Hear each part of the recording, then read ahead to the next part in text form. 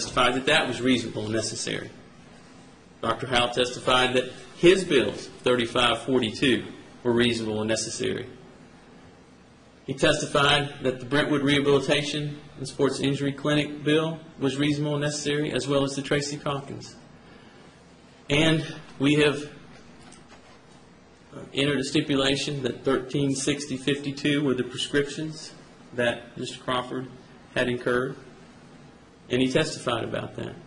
Now, the corrective massage therapy, 2545, what we've done there is you will get, if you choose to look at it, the exhibit from Ms. Trotman. Her charges were a lot more than that. But what we did is we looked at Dr. Howell's testimony, and when he said one visit every other week, we went back and we subtracted all the amounts where he had gone more than that. And we're not asking you to return a verdict for those additional amounts, even though those were out-of-pocket expenses that Mr. Crawford encountered and had to pay for, as Ms. Trotman said. Pay for it after the service is done.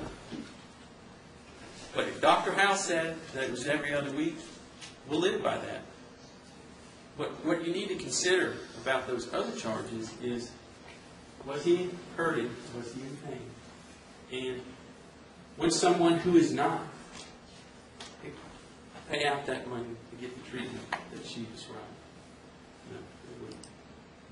Even though Mr. Gilmore continues to insinuate throughout this trial that that's exactly what's happening. That Mr. Crawford is all trickery or some kind of facade or some kind of... The fact of the matter is there's no evidence of that. And in fact, Dr. Howell said today in his deposition that if there was any issue of secondary gain, Dr. Howell never continues to treat Mr. Crawford. And I want to talk to you about something. We all come with our own problems, with our own physical limitations. That doesn't mean that when you get in a car wreck and you get hurt, that you don't take those into account. When Mr. Mitchell got up and said, well, I wasn't hurt in that wreck. And then Ms. Gross said, I didn't get hurt. Neither of those individuals testified or indicated in anything that they had this chronic degenerative disc disease that Mr. Crawford has. So, if you've got something that's wrong with you, and you don't know about it, and you get into an accident, you fall, or anything like that, and all of a sudden it comes out, and it raises its ugly head, and causes you problems, are you entitled to recovery? Absolutely. Absolutely. And that's what the jury charge tells you. And you have to take that into consideration and put that in perspective. Mr. Crawford is 55 years old. Mr. Mitchell is definitely not that old. He's in his mid-30s. So, you have to put that in perspective. Some people who are younger might not be able to relate to that. Might not be able to relate to the fact that if you've got a back injury and you get hurt, it's going to make you hurt more. But that's what happened to Mr. Crawford. He had a degenerative disc problem that he knew nothing about until he got into this accident. It was latent. Now, let's talk about it. I think we all have an idea of what latent means. But I will submit to you that it means the following. Latent. Lying hidden and undeveloped in a person. That's what latent means. Lying hidden. And that's what we had with Mr. Crawford, with his disc disease. He didn't know about it. But after this accident, he did. He knew a lot about it. And he took a lot of medication to deal with it. He had a lot of treatment to deal with it. And he testified, I was going to therapy all the time to deal with this problem.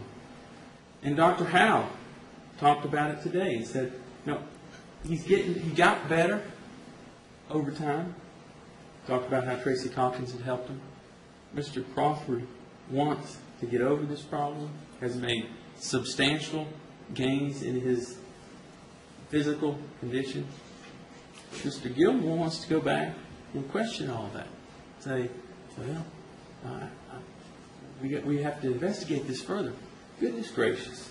They got a private investigator who got on the stand and talked about, I had 16 to 20 hours to spend to investigate Mr. Crawford. And you went out, you followed him one day, didn't see anything. This was in April, when Mr. Crawford's already testified that as of March 1, he was back on his feet and doing better and generating some income. No, it wasn't like it was before. He wasn't, at that time, he wasn't just laying around. It's evident. In April, he was out on the road trying to get back to what he was doing.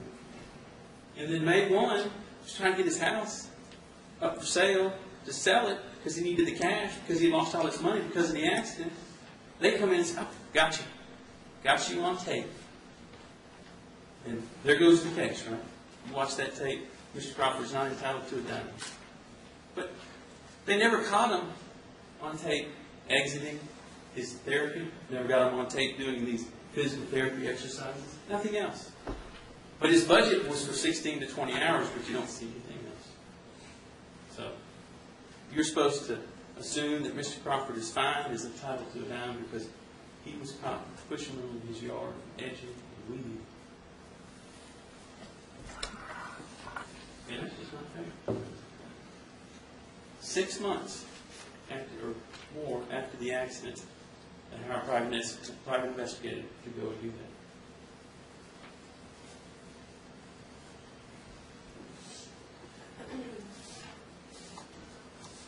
Mr. Crawford, when showed that video, didn't testify that he couldn't do any of those activities. In fact, Dr. Howe and if you remember Dr. Weiss's testimony, Dr. Weiss said, I don't need to see a video.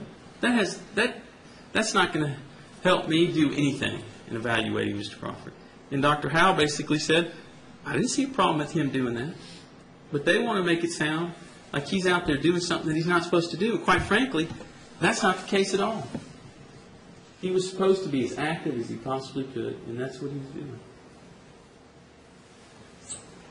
I want to move to the medical care and services for the future. There was some testimony by Mr. Crawford, the notes here. And I think this is probably a good time to put this back up here. You remember Dr. Howell testifying that, and this is the first exhibit, and you'll get to see it again. In my opinion, Mr. Crawford will continue to require Celebrex, Darvocet, and Ambien. I think it more likely. Again, more likely than not. That's the burden we have to establish in this case. More likely than not. Not by any other standard. That he will need to be on these medications for the rest of his life. Now,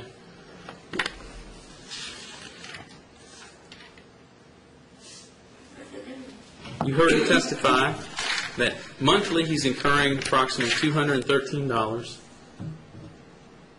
you can see that. Let me.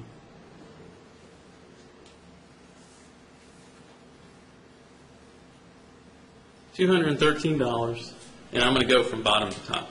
$213 per month for prescriptions. Now I multiplied that by 12, so you get a figure for that. And then you multiply it by a number of years. He says the rest of his life. I don't know how long Mr. Crawford's going to live. What's reasonable? Is 55? Would that be reasonable to go to 65? Sure. That's a decision that all of you will have to make. Is he entitled to it for 10 years, 5 years, 15 years? Do you believe that he needs it? Do you believe that he would take Celebrex, a drug that might have an impact on his liver, or the Mobic, or anything like that? Does someone take those drugs that they don't need simply to pursue a claim of a lawsuit? No, absolutely not.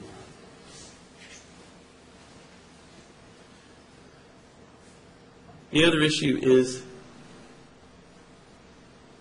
Dr. Howe testified that he would need to have follow-up care once or twice a year. He said twice a year with him. And Mr. Crawford testified that that was $114 per visit. So 114 times 2 is 228. Time a certain number of years and you get an amount. What's fair and reasonable?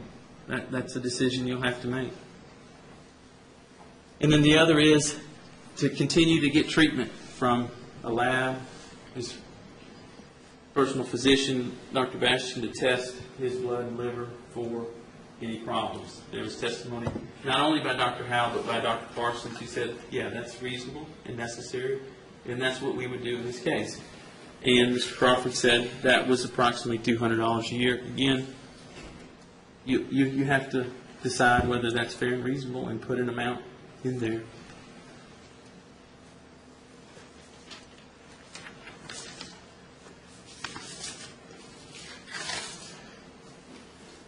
Loss of earning capacity.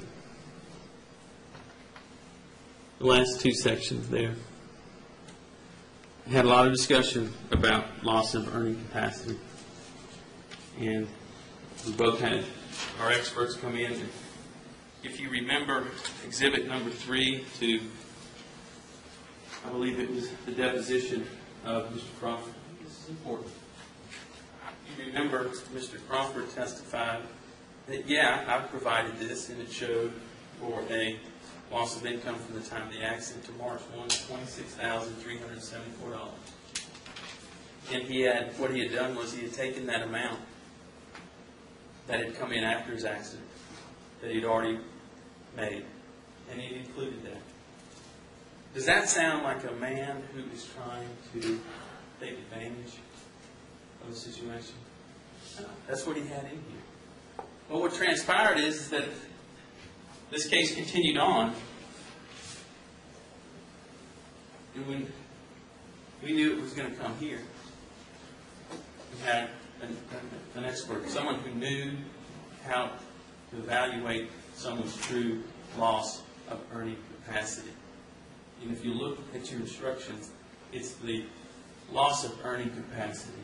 It's not, there's a definition of that. It's what you are unable to earn for a period of time. And that's what we brought Mr. Mitzel in for. And he said, you don't incorporate those figures in it. You have to take those out, because that was money that he earned before. And why would you take it into account after the accident? So that's what we did. We wanted to give a fair and reasonable picture of what his lost income was after the accident. Now, neither expert had an issue with that. Both thought that that was appropriate. But Mr. Crawford, not being an expert and not knowing what he was supposed to do to substantiate his claim, did it like we probably all do. He just add it all up, divide it, and come up with a number. And that's what he did. But what was funny was that Mr. Gilmore took advantage of that and said, aha, you did this, and this is the right amount. And yet, when his expert, Dr. Duvall, got on the stand, said that wasn't appropriate. So, what's fair and reasonable? Is it what Mr. Crawford did initially to establish his lost wages? Or is it what you experts say is appropriate? That'll be up for you to decide. Now, Dr. Duvall didn't talk about after March 1. Is he going to ask to? Of course not. The defendant and his attorney don't want to talk about anything after that period of time.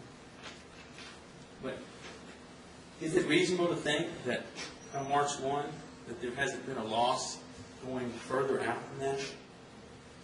Mr. Crawford, if he had been employed with a company who paid him a salary, or a paycheck, hourly, yeah, that might be a good explanation for it. But that's not what he does. He's self-employed. He does everything. He does the marketing. He does the plannings. He does everything involving that company. So you got to ask yourself, can you just draw a line and say, oh, you're fine after this point in time? No. No, you can't. And that's why